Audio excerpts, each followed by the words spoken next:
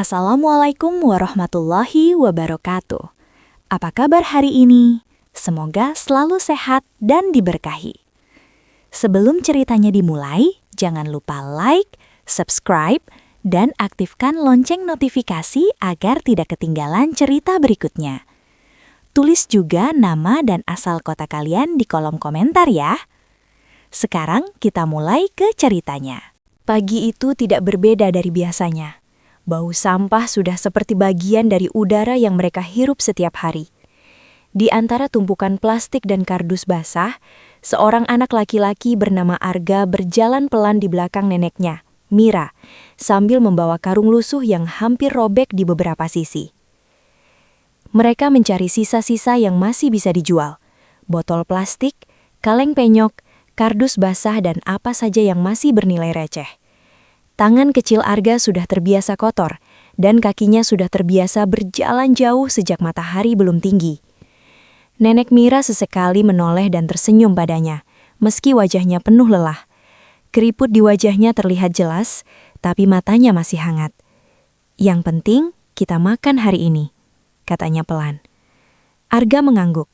Ia tidak pernah mengeluh. Ia jarang bicara, tapi matanya selalu memperhatikan. Dalam diam, ia tahu hidup mereka tidak seperti anak-anak lain. Tidak ada sekolah, tidak ada mainan, tidak ada waktu bermain sore. Hidup mereka hanya tentang bekerja dan bertahan sampai besok. Mereka berjalan sampai ke belakang deretan rumah reyot yang hampir ambruk. Tempat itu biasanya sepi, hanya ada lalat dan bau busuk. Namun, pagi itu suasananya terasa berbeda. Ada suara tawa. Arga langsung berhenti. Tawa itu bukan tawa senang, tapi tawa yang terdengar seperti mengajak seseorang. Di depan mereka ada lubang besar penuh sampah, sekitar 2 meter lebarnya. Lubang itu sering jadi tempat buangan, tapi hari ini udara di sekitarnya terasa lebih dingin dari biasanya. Seorang wanita berdiri di pinggir lubang. Pakaiannya bersih dan rapi, sangat kontras dengan tempat itu. Wajahnya cantik tapi tatapannya tajam dan dingin. Di sampingnya berdiri seorang pria bertatu besar dengan tubuh kekar, memegang batu di tangannya. Arga belum sempat memahami apa yang terjadi ketika lemparan pertama jatuh ke dalam lubang. Suara benturan terdengar keras, lalu diikuti tawa. Arga menegang. Ia melangkah maju sedikit, lalu membeku di tempatnya. Di dalam lubang itu, nenek Mira terbaring miring. Tubuhnya kotor oleh lumpur dan sampah. Tangannya berusaha menangkis lemparan. Wajahnya panik, dan matanya bergerak mencari sesuatu. Mencari Arga. Jangan, jangan. Suara neneknya serak dan lemah. Botol dilempar lagi. Batu jatuh lagi. Wanita itu tertawa kecil. Sementara pria bertato itu tertawa lebih keras seperti sedang menonton hiburan. Arga tidak bisa bergerak. Kakinya seperti menempel ke tanah. Dadanya sesak tapi suaranya tidak keluar. Dunia seperti melambat. Dan semua suara terdengar jauh. Nek, akhirnya terdengar lirih dari mulutnya. Lemparan berikutnya hampir mengenai kepala neneknya. Ia menutup wajah dengan kedua tangan. Tubuhnya gemetar menahan sakit dan takut. Saat itu Arga akhirnya bergerak. Ia mulai berlari. Langkahnya goyah, tapi ia paksa. Setiap langkah terasa berat. Setiap detik terasa seperti jarum menusuk dadanya. Berhenti! Teriaknya dengan suara pecah. Wanita itu menoleh. Pria bertato ikut melihat. Mereka tidak berhenti. Mereka justru senyum melihat Arga berlari mendekat. Arga semakin dekat. Tangannya terulur, napasnya tersengal, air matanya jatuh tanpa ia sadari. Namun sebelum ia sampai di pinggir lubang, seseorang menarik lengannya dari belakang dengan kuat. Kuat, jangan ikut campur. Suara berat berbisik di telinganya. Arga meronta sekuat tenaga. Itu nenekku, lepaskan. Namun cengkeraman itu tidak longgar. Di depannya, lemparan masih terus terjadi. Tawa masih terdengar, dan neneknya semakin lemah di dalam lubang itu. Saat itu sesuatu dalam diri Arga berubah. Bukan hanya rasa takut, bukan hanya rasa sedih, tapi sesuatu yang jauh lebih dalam, sesuatu yang diam dan mulai tumbuh dalam hatinya. Dan tanpa ia sadari, lubang itu tidak hanya ada di tanah. Lubang itu akan tinggal di dalam dirinya selamanya. Malam turun tanpa suara. Langit gelap menggantung di atas kampung itu. Namun tidak ada yang benar-benar berubah. Orang-orang tetap berlalu lalang seperti biasa. Beberapa bahkan masih sempat tertawa di sudut jalan, seolah kejadian siang tadi tidak pernah terjadi. Seolah tidak ada yang melihat. Seolah tidak ada yang peduli. Arga duduk diam di dalam rumah reot mereka. Atapnya bocor, meneteskan air di beberapa sudut. Dindingnya lapuk, dan lantainya terasa dingin hingga ke tulang. Di hadapannya, ranjang tua tempat nenek Mira biasa berbaring kini kosong. Sepi. Bukan hanya sepi karena tidak ada suara, tapi sepi yang terasa menekan dari dalam dada. Arga menatap karung lusuh di sudut ruangan. Isinya masih sama seperti pagi tadi. Botol plastik, kardus basah, dan beberapa barang kecil lain. Semua belum sempat dijual. Semua masih tertinggal seperti hidupnya yang terhenti di siang hari. Sejak sore ia sudah mencari, menyusuri gang demi gang, bertanya pada orang-orang yang lewat. Namun yang ia dapat hanya tatapan kosong, atau wajah yang berpura-pura tidak tahu. Beberapa bahkan menghindar. Tidak ada yang mau terlibat, tidak ada yang mau melihat lebih dalam. Arga menunduk memeluk lututnya sendiri. Napasnya pelan, tapi terasa berat. Ia mencoba mengingat terakhir kali neneknya tersenyum. Hal-hal kecil, membagi makanan, mengelus kepalanya saat ia kelelahan. Sekarang semuanya terasa jauh. Angin malam masuk dari celah dinding, membawa bau yang sama seperti di tempat itu. Bau sampah, tanah basah, dan sesuatu yang tidak ingin ia ingat. Arga menutup mata. Namun bayangan itu justru datang lebih jelas. Tangan neneknya yang gemetar, tatapannya yang memohon, dan suara tawa itu terus terngiang tanpa henti. Arga membuka mata cepat. Napasnya memburu. Untuk pertama kalinya dalam hidupnya, ia merasa benar-benar sendirian. Bukan hanya kehilangan, tapi juga tidak punya tempat untuk berharap. Ia berdiri perlahan dan berjalan ke sudut ruangan. Sebuah kaleng kecil berkarat ia ambil dan dibuka. Di dalamnya ada uang receh, hasil dari hari-hari panjang memulung bersama neneknya. Ia menghitung pelan. Tidak banyak, namun cukup untuk satu keputusan. Pergi. Tangannya sedikit gemetar saat menutup kaleng itu kembali. Keputusan itu tidak mudah, tapi semakin lama ia bertahan di tempat ini, semakin dalam luka itu menekan. Ia tidak punya kekuatan untuk melawan mereka. Tidak sekarang. Tapi ia tahu satu hal. Jika ia tetap di sini, ia tidak akan pernah berubah. Arga mengambil tas kecil. Isinya hanya beberapa pakaian seadanya. Tidak ada yang istimewa. Tidak ada yang berharga. Kecuali tekad yang mulai tumbuh diam-diam di dalam dirinya. Ia berdiri di depan pintu. Sejenak ia menoleh ke dalam rumah. Kosong. Tidak ada suara. Tidak ada neneknya, hanya kenangan yang tertinggal. Arga menarik napas dalam lalu melangkah keluar. Langit malam gelap, jalanan lengang, dan tidak ada yang menghentikannya.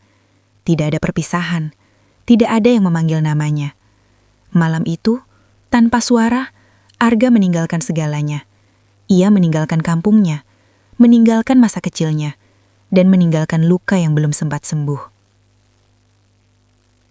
Perjalanan panjang akhirnya membawa Arga ke sebuah negara yang sangat jauh dari tempat ia dilahirkan, Brazil.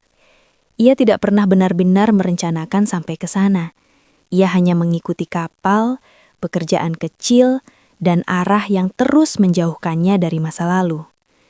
Saat pertama kali melihat kota itu, Arga terdiam lama.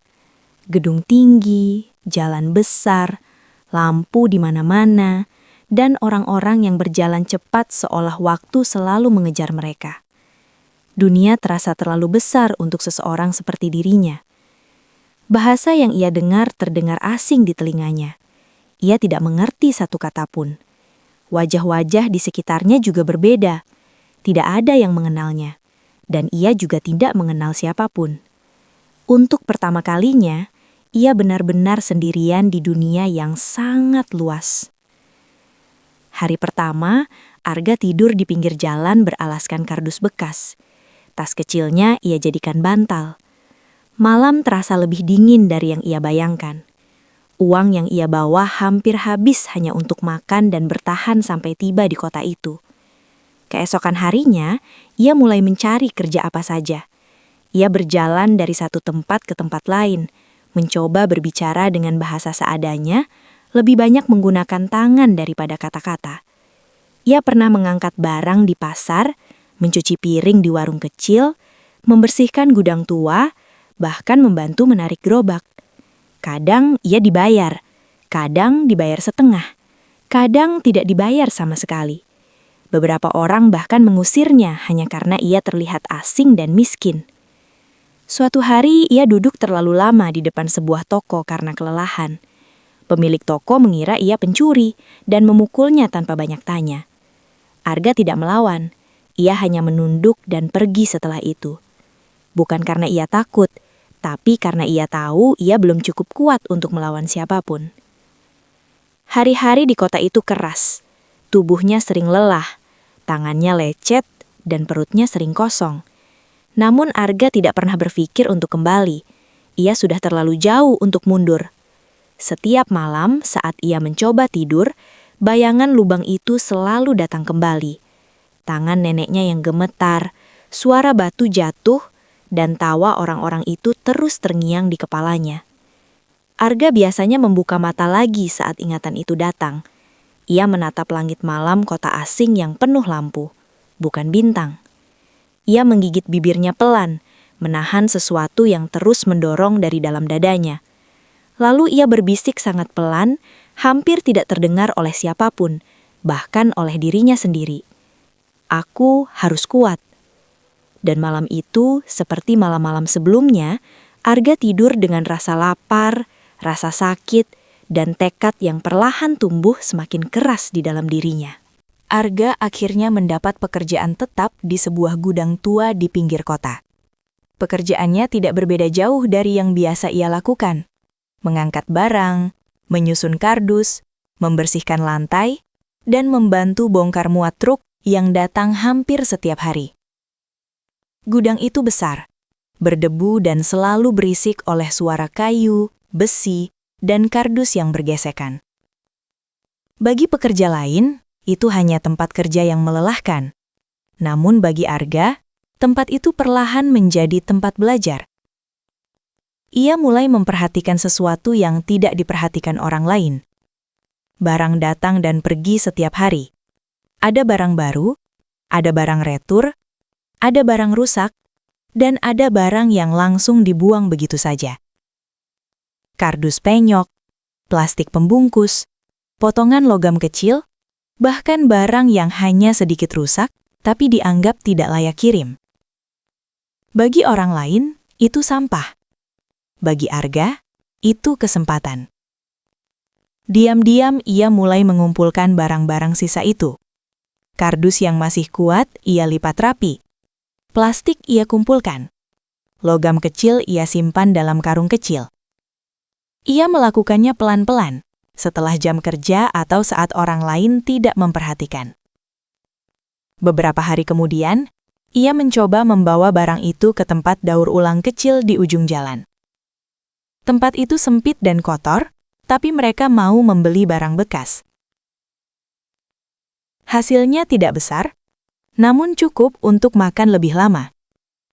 Hari itu Arga menyadari sesuatu. Ia tidak harus selalu bergantung pada upah orang lain. Ia bisa mendapatkan uang dari sesuatu yang orang lain buang.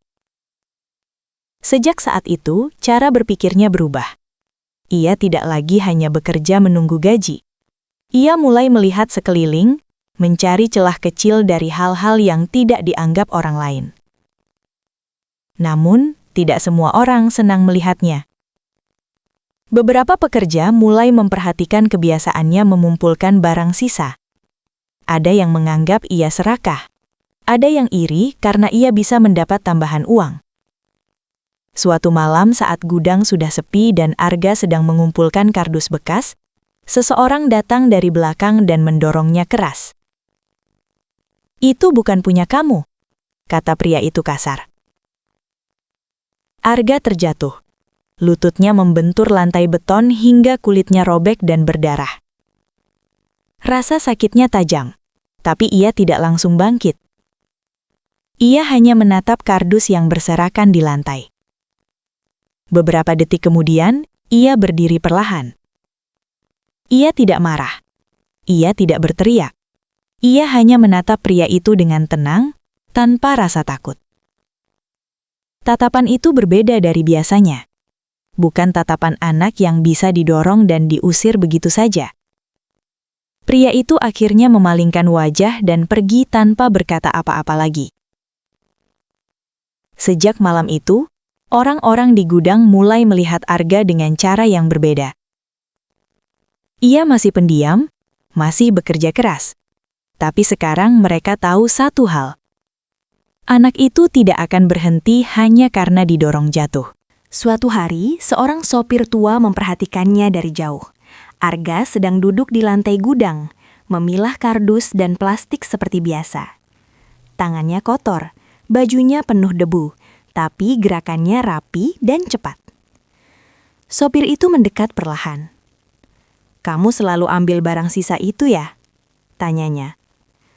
Arga menoleh lalu mengangguk pelan. Ia tidak tahu harus menjawab apa. Sopir itu menyilangkan tangan dan melihat karung kecil berisi barang bekas di samping Arga. "Kalau saya kasih barang lebih banyak, kamu sanggup urus?" Arga sedikit terdiam. Ia lalu menatap ke arah truk di belakang pria itu. Bak truknya penuh dengan barang retur dan barang rusak, kipas angin patah, kardus barang elektronik penyok, plastik, kabel, dan berbagai barang yang terlihat seperti sampah bagi kebanyakan orang. Namun bagi Arga, itu terlihat seperti peluang. Ia kembali menatap sopir itu. "Sanggup," jawab Arga pelan, tapi pasti. Dari situlah semuanya mulai berubah. Sopir tua itu mulai memberinya barang retur dan barang rusak yang biasanya langsung dibuang atau dijual sangat murah. Arga membawa barang-barang itu ke gudang kecil kosong di belakang tempat kerjanya. Di sana ia mulai belajar menyortir barang, mana yang masih bisa diperbaiki, mana yang bisa dijual sebagai rongsokan, dan mana yang benar-benar harus dibuang. Awalnya semuanya berantakan. Ia pernah salah membeli suku cadang. Ia pernah memperbaiki barang yang ternyata tidak bisa dijual. Ia pernah rugi karena barang tidak laku. Namun Arga belajar sangat cepat. Ia memperhatikan, mencoba, gagal, lalu mencoba lagi. Setiap kesalahan ia ingat dan ia tidak mengulanginya 2 kali. Sedikit demi sedikit, barang yang ia jual semakin banyak. Uang yang ia simpan juga mulai bertambah. Tidak besar, tapi terus bertambah. Ia mulai punya meja kecil, lalu rak bekas, lalu alat-alat sederhana untuk memperbaiki barang.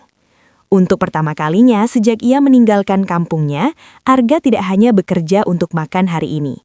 Ia mulai berpikir tentang besok, tentang bulan depan, tentang sesuatu yang lebih besar. Untuk pertama kalinya, Arga tidak hanya bertahan hidup. Ia mulai membangun sesuatu. Tahun demi tahun berlalu tanpa terasa. Waktu berjalan cepat, dan Arga tidak pernah benar-benar berhenti. Dari gudang kecil dan barang-barang sisa, usahanya perlahan tumbuh. Awalnya hanya satu sudut sempit untuk menyortir barang, lalu menjadi gudang kecil yang ia sewa sendiri. Kemudian ia mulai mempekerjakan 1 orang, lalu 2, lalu lebih banyak lagi. Arga tidak hanya menjual barang bekas, ia mulai memahami alur barang, dari mana datangnya, kemana dikirim, dan bagaimana cara membuatnya bernilai lebih tinggi. Ia belajar membaca kebutuhan pasar, belajar bernegosiasi, dan belajar mengatur orang. Dari sana, langkahnya semakin besar. Ia mulai masuk ke bisnis logistik dan distribusi. Bukan lagi sekedar mengumpulkan barang sisa, tapi mengatur jalur pengiriman. Ia bekerja sama dengan supir, pemilik gudang, dan pemasok barang. Sedikit demi sedikit, namanya mulai dikenal di lingkungan kerja itu. Semua ia bangun dari nol. Tanpa sekolah, tanpa koneksi, hanya dari ketekunan dan cara berpikir yang terus berkembang. 5 tahun berlalu. Suatu pagi, Arga berdiri di dalam kantor yang bersih dan rapi. Dindingnya kokoh, lantainya mengkilap, dan meja kerjanya tertata dengan baik. Ia mengenakan jas sederhana, tapi cukup untuk membuatnya terlihat berbeda dari dulu. Di tangannya ada laporan keuangan. Angkanya tidak kecil lagi. Usahanya sudah berjalan stabil, bahkan terus berkembang. Orang-orang mulai menghormatinya. Beberapa bahkan bergantung padanya. Namun saat ia menatap pantulan dirinya di kaca jendela, wajah itu tidak terasa asing dan juga tidak sepenuhnya baru. Di balik jas rapi itu, ia masih bisa merasakan sesuatu yang tidak pernah benar-benar hilang. Bau sampah itu, dingin tanah itu, dan lubang itu. Ingatan itu tidak lagi membuatnya lemah, tapi juga tidak pernah benar-benar pergi. Ia hanya diam, menunggu. Arga menghela napas pelan. Ia sudah berjalan jauh. Ia sudah membangun banyak hal. Namun di dalam dirinya ada satu bagian yang belum selesai. Bukan tentang uang, bukan tentang pekerjaan, tapi tentang sesuatu yang ia tinggalkan. Perlahan, Arga menutup laporan di tangannya. Dan untuk pertama kalinya setelah sekian lama, ia tahu dengan jelas apa yang harus ia lakukan selanjutnya. Ia harus pulang. Arga kembali ke kampungnya setelah bertahun-tahun pergi. Perjalanan itu terasa jauh, bukan karena jaraknya, tapi karena semua yang sudah ia lalui untuk bisa kembali ke tempat itu. Saat mobil yang ia tumpangi masuk ke jalan kecil kampung, Arga melihat keluar jendela tanpa banyak bicara. Jalan masih sempit dan berlumpur seperti dulu. Selokan masih penuh sampah. Anak-anak kecil berlarian tanpa alas kaki. Tidak banyak yang berubah. Kampung itu seperti tertinggal oleh waktu. Beberapa orang menoleh saat melihat mobil yang tidak biasa masuk ke sana. Namun tidak ada yang mengenali Arga. Anak kecil pemulung itu sudah lama hilang. Dan sekarang yang datang adalah pria dengan pakaian rapi dan wajah yang lebih keras oleh kehidupan. Arga turun perlahan dari mobil. Ia berdiri sejenak, menghirup udara kampung itu dalam-dalam. Bau tanah basah, sampah, dan asap kayu bercampur menjadi satu. Bau yang dulu sangat ia kenal. Ia mulai berjalan menyusuri gang kecil yang dulu ia lewati setiap hari bersama neneknya. Setiap langkah seperti membuka kembali ingatan lama yang tidak pernah benar-benar hilang. Akhirnya, ia sampai di depan rumah lamanya. Rumah itu masih berdiri, tapi terlihat kosong dan lebih rusak dari sebelumnya. Atapnya sebagian runtuh, dindingnya semakin lapuk, dan pintunya miring seperti bisa jatuh kapan saja. Halaman kecil di depannya dipenuhi rumput liar. Arga berdiri lama di depan rumah itu tanpa masuk. Matanya menatap pintu yang dulu selalu dibuka oleh neneknya setiap pagi. Namun, sekarang tidak ada siapa-siapa.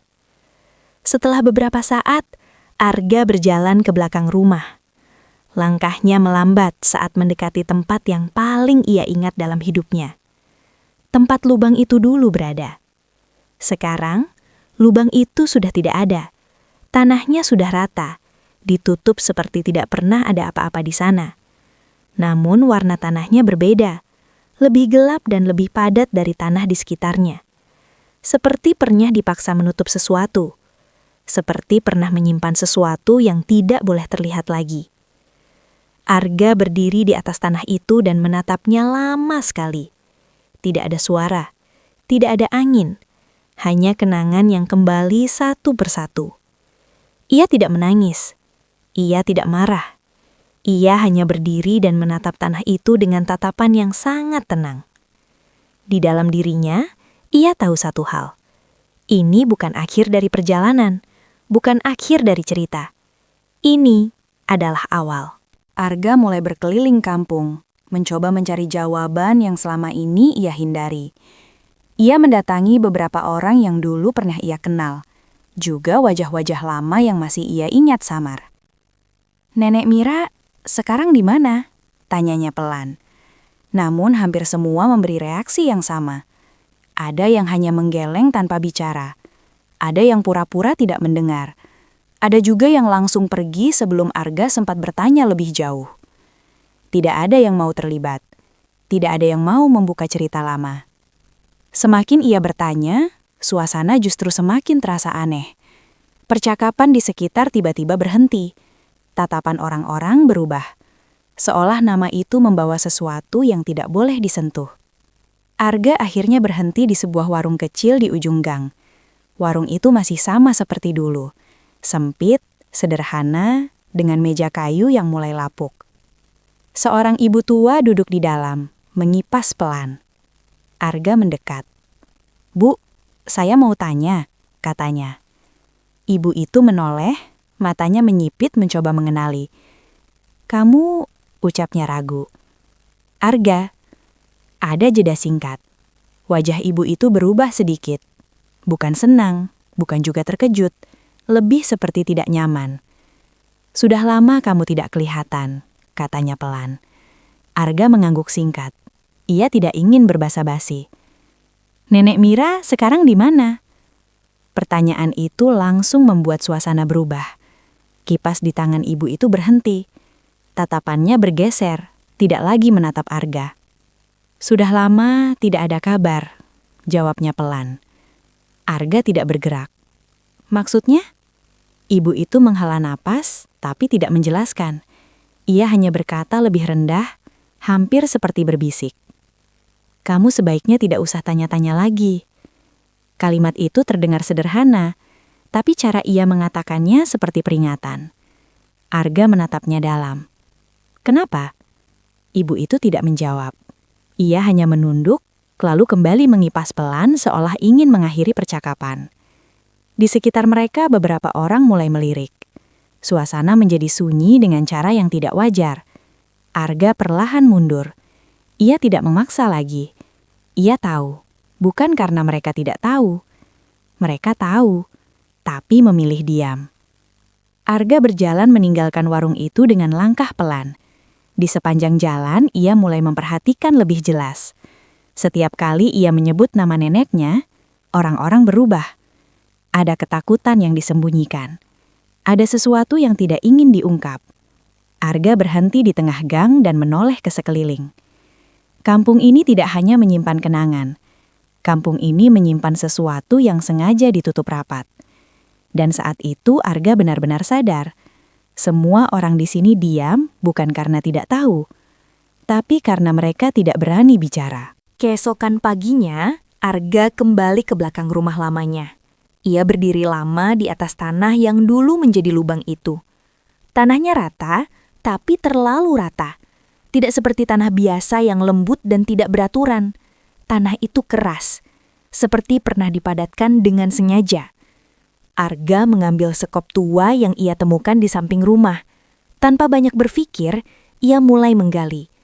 Tanah bagian atas masih bisa digali, meski cukup keras. Namun, semakin dalam, sekopnya mulai membentur sesuatu. Bukan batu. Bunyi keras terdengar saat sekop mengenai permukaan keras di bawah tanah. Arga berlutut dan menyingkirkan tanah dengan tangan. Debu dan tanah masuk ke kuku dan telapak tangannya. Tapi ia tidak berhenti. Perlahan, sesuatu mulai terlihat. Puing beton, potongan semen, bahkan ada pecahan bata dan besi kecil di dalamnya. Arga terdiam. Ini bukan sekadar tanah yang menutup lubang. Ini seperti lubang itu sengaja ditutup dengan material bangunan agar tidak bisa dibuka lagi. Seolah seseorang benar-benar ingin mengubur sesuatu di sana. Saat Arga masih menatap lubang kecil yang ia gali, ia mendengar langkah pelan dari belakang. Ia menoleh dan melihat seorang pria tua berdiri beberapa meter darinya. Wajah pria itu keriput dan tubuhnya kurus, tapi matanya tajam memperhatikan Arga. "Kamu Arga ya?" tanya pria tua itu. Arga berdiri perlahan. "Iya." Pria tua itu mendekat sedikit. Lalu melihat lubang yang sedang digali Arga. Ia menghela napas panjang, seperti seseorang yang sudah lama menyimpan sesuatu. "Setelah kejadian itu," kata pria tua itu pelan, "ada orang luar datang, bukan orang kampung sini." Arga tidak bicara. Ia hanya mendengarkan. Mereka bawa truk, bawa semen, batu, dan macam-macam. Lubang itu langsung ditutup. Cepat sekali. Tidak sampai beberapa hari sudah rata. Arga menatap pria tua itu dalam-dalam. Mereka siapa? Pria tua itu menjeleng pelan. Tidak ada yang tahu pasti.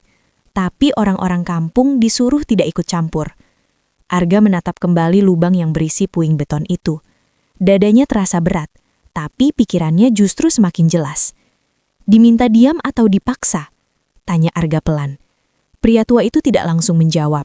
Ia hanya menatap Arga beberapa detik, lalu mengalihkan pandangannya ke tanah yang digali itu. Ia tidak menjawab, namun diamnya sudah lebih dari cukup untuk memberi jawaban. Malam itu Arga masih berada di kampung. Setelah berbicara dengan pria tua dan menggali tanah di belakang rumah, pikirannya tidak bisa tenang. Ada terlalu banyak hal yang tidak masuk akal. Terlalu banyak kebetulan yang terasa seperti direncanakan. Ia berjalan menyusuri gang gelap di belakang rumah-rumah kosong. Di ujung gang ada sebuah rumah tua yang sudah lama tidak ditempati. Pintu depannya setengah terbuka, berderit pelan saat tertiup angin. Arga berhenti di depan pintu. Entah kenapa ia merasa harus masuk. Ia mendorong pintu perlahan dan masuk ke dalam. Bau lembab dan debu langsung terasa. Rumah itu gelap, hanya sedikit cahaya bulan masuk dari jendela yang pecah. Siapa? Suara lemah terdengar dari dalam. Arga langsung membeku. Ia mengenal suara itu. Ia berjalan cepat ke dalam ruangan belakang, dan di sana, di atas ranjang kayu tua, seseorang terbaring sangat lemah. Tubuhnya kurus, rambutnya memutih lebih banyak dari yang ia ingat. "Nek," suara Arga bergetar. Nenek Mira masih hidup. Wanita tua itu membuka mata pelan dan menatap Arga lama, seolah tidak yakin dengan apa yang ia lihat. "Arga?" Suaranya hampir tidak terdengar. Arga berlutut di samping ranjang dan memegang tangan neneknya yang dingin dan kurus. Dadanya terasa sesak, tapi ia berusaha tetap tenang. "Aku pulang, Nek," katanya pelan. Nenek Mira tersenyum sangat kecil, lalu menutup mata lagi karena terlalu lemah. Beberapa menit kemudian Arga keluar rumah untuk mengambil air dan mencari bantuan. Namun saat ia melangkah keluar dari rumah kosong itu, sebuah mobil hitam berhenti di ujung jalan. Lampunya menyala, menerangi jalan yang gelap. Pintu mobil terbuka, dan seorang pria turun dengan pakaian rapi. Sepatu mengkilap, jas gelap dan wajah yang tenang seolah sudah mengendalikan semuanya sejak awal. Pria itu berjalan mendekat perlahan. "Kamu pasti Arga," katanya tenang. Arga menatapnya tajam. "Siapa kamu?" "Namaku Daniel." Pria itu berdiri santai, seolah mereka sedang berbicara tentang hal biasa. Tidak ada rasa bersalah di wajahnya, tidak ada rasa takut. "Apa maumu?" tanya Arga dingin. Daniel menatap rumah kosong di belakang Arga, lalu kembali menatapnya. 5 tahun lalu, semua yang terjadi itu bukan kebetulan. Arga langsung mengempalkan tangan. Rahangnya mengeras. "Maksudmu apa?" Suaranya pelan tapi penuh tekanan. Daniel memasukkan tangan ke saku jasnya. "Kamu butuh alasan untuk bergerak," katanya tenang. "Orang seperti kamu tidak akan berubah besar kalau tidak kehilangan segalanya." Kalimat itu membuat darah Arga terasa mendidih. Semua kerja keras, semua rasa habar, semua pukulan, semua malam dingin, semua luka, tiba-tiba terasa seperti bagian dari permainan seseorang.